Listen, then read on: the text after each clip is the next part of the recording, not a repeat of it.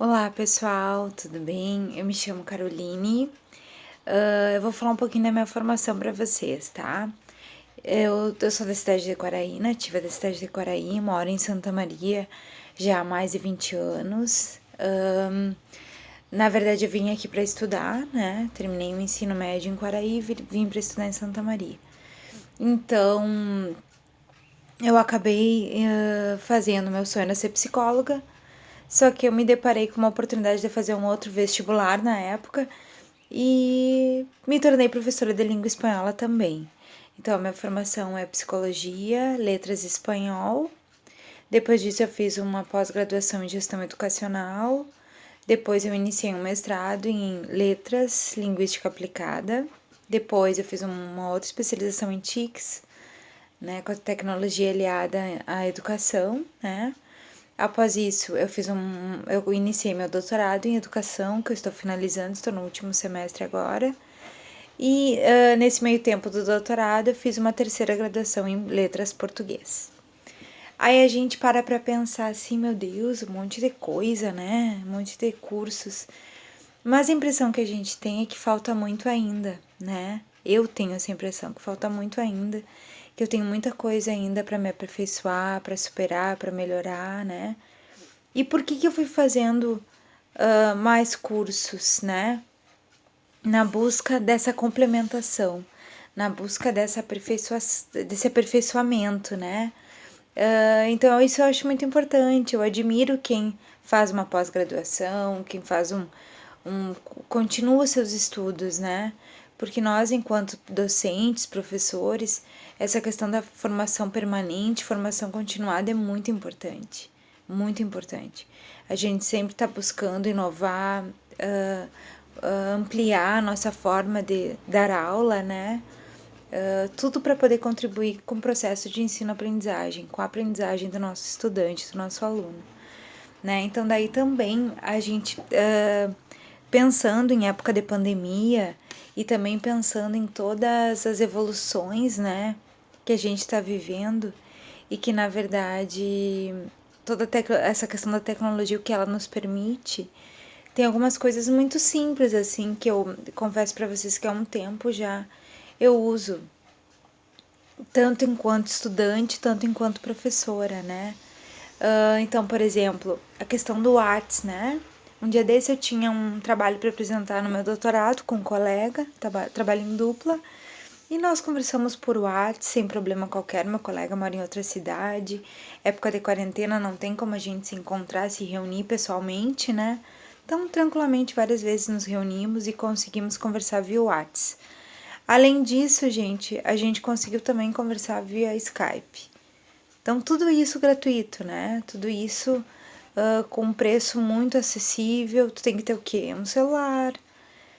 Que, claro, muitas vezes o celular não é tão acessível, mas aí a gente consegue ter por anos o mesmo celular, né?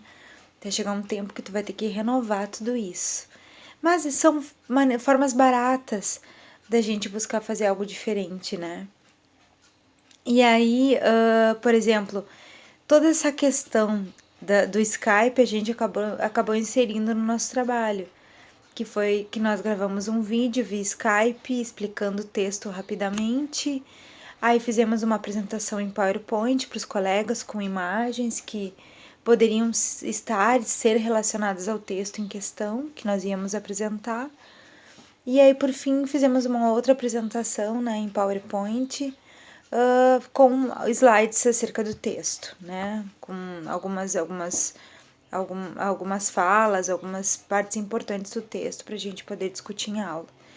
Então, tudo isso é bem interessante, né, gente? Um cuidado que nós temos que ter, por exemplo, é quando a gente grava, salva em PowerPoint, interessante salvar em PDF, vai ali mesmo no salvar como, e muda, tá em PowerPoint ali, tu muda para PDF. Por que se faz isso? Porque aí não vai ter alteração no momento que tu vai enviar por e-mail pro teu colega, né? Quando for aberto em um outro computador, não vai alterar também toda a dinâmica didática, né, do teu slide. Então, isso é bem interessante a gente saber guardar, cuidar, usar esse PDF.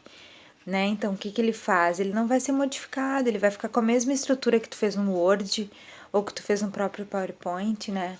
O PDF, ele vai manter o teu trabalho com a mesma estrutura. Então, isso também até, por exemplo, vou imprimir num cyber, vou imprimir numa livraria. Então, para não ter essa alteração também em toda a estrutura do trabalho, é interessante a gente salvar em PDF, porque cada computador tem uma configuração específica e isso pode prejudicar de alguma maneira, né? Uma outra, como eu falei da questão do Skype, né? O Skype, ele é muito interessante porque a gente pode fazer reuniões em grupo, né? Fazer grupinhos e ao mesmo tempo é possível salvar vídeos no Skype e depois tu pode salvar no teu computador, né? Então o Skype é um grande aliado. Muito bom, foi muito interessante assim. Todas essas ideias que eu trouxe o exemplo do meu trabalho para vocês verem como tudo é muito acessível, né? A gente vai descobrindo porque as possibilidades são imensas, são muitas. E aí a gente vai descobrindo como? No YouTube, conversando com um colega. Como é que tu fez aquele trabalho? Tendo essa troca. Isso realmente pode auxiliar e muito, né, no trabalho da gente. E então toda essa troca nossa construção foi bem interessante, assim, ficou um trabalho bom, ficou um trabalho bonito, assim, no final e eu achei bem interessante toda essa troca que a gente teve. E aí, por isso que eu posso compartilhar com vocês a questão do WhatsApp, né, do Skype, que foram boas ferramentas que a gente utilizou. Uma outra ideia também, pessoal, em função do tempo de pandemia, é fazer grupos tanto no Facebook, né, como no WhatsApp, com alunos, com colegas, né, para discutir determinada questão. Claro, muitos colegas, professores, acabam não gostando muito dessa ideia de fazer grupos no Whats ou no próprio Face, porque muitas vezes os alunos não têm muita ideia, muita noção e acabam enviando trabalhos e mensagens em horários inadequados, madrugada, feriado, fim de semana. Mas aí tudo isso é discutido, pode ser conversado, né, gente? Então vocês podem, por exemplo, conversar com os alunos, elaborar uma série de regras, pessoal, mensagem até tal horário, né? Vamos respeitar o horário da nossa aula. Então tudo isso a gente pode entrar num acordo, né? Mas também são práticas interessantes, porque como as aulas muitas vezes estão sendo online, é interessante que a gente possa se conversar e abrir um espaço para o aluno também tirar dúvidas. Então, tanto Facebook como WhatsApp é uma alternativa, né, que pode ser utilizada, né? Então, o que eu sugiro para vocês, assim, mesmo tendo uma pós-graduação, né, em TICS, eu sempre me sinto como se fosse um pouco desatualizada e mesmo trabalhando, né, com ensino à distância há um bom tempo, desde 2010 eu trabalho com EAD, com letras em espanhol, né? Então, mesmo assim, eu me sinto sempre despreparada e não pronta para esse tipo de trabalho, né? Parece que sempre está deixando a desejar, que eu podia fazer melhor.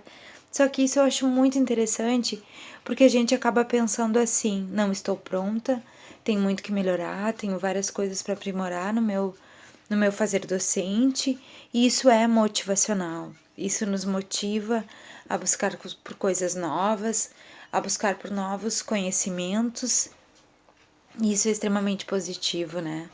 Então, sempre quando eu percebo isso, né, gente, isso eu consigo me motivar a tentar ser melhor.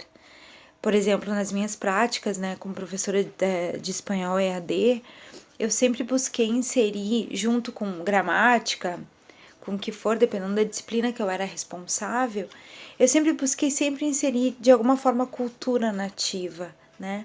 Então, músicas, poesias. Eu gosto muito de música, porque daí, além de tu tá conhecendo a cultura, tu tá podendo conhecer o vocabulário, tu tá podendo ver toda a questão da pronúncia do cantor, do grupo, dependendo do lugar que eles são. Então, isso é muito positivo. Então, pra gente conseguir dar uma aula mais interessante, mais atrativa, a gente tem que buscar ampliar nossos horizontes. E isso a gente fica um pouco limitado, né? Mas tudo isso que a tecnologia nos oferece consegue fazer com que a gente possa dar uma aula mais interessante, mais criativa, mais colorida e mais próxima desses alunos, né? Isso também é muito interessante. A gente buscar fazer uma aula que seja também, que possa atrair mais o meu aluno, que possa ser de interesse, um interesse maior, despertar um interesse maior do meu aluno. Então, quando a gente busca utilizar dessas novas tecnologias, isso é muito positivo e pode realmente fazer com que os nossos alunos sejam nossos aliados e estejam mais motivados para aprender junto com a gente. Eu espero então, gente, nesse simples vídeo, como eu disse, eu não sou expert em tecnologia, mas tenho já uma certa experiência na área. Eu quis só mostrar que com um pouquinho de conhecimento, um pouquinho de dedicação, buscando vídeos no YouTube, por exemplo, que o YouTube, tudo que a gente procura saber, muita coisa ensina lá no YouTube. Por exemplo, eu aprendi a fazer gráficos pelo Excel onde? No YouTube. Não fiz nenhum curso, foi no YouTube.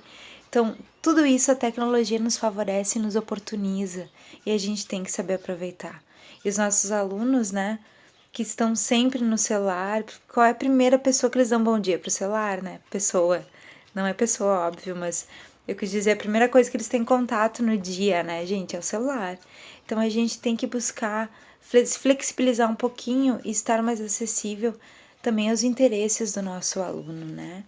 Então eu espero ter podido bem rapidinho ter feito esse vídeo para motivá-los a irem em busca de novos conhecimentos, a realmente buscarem aprimorar, né, o que a gente já sabe.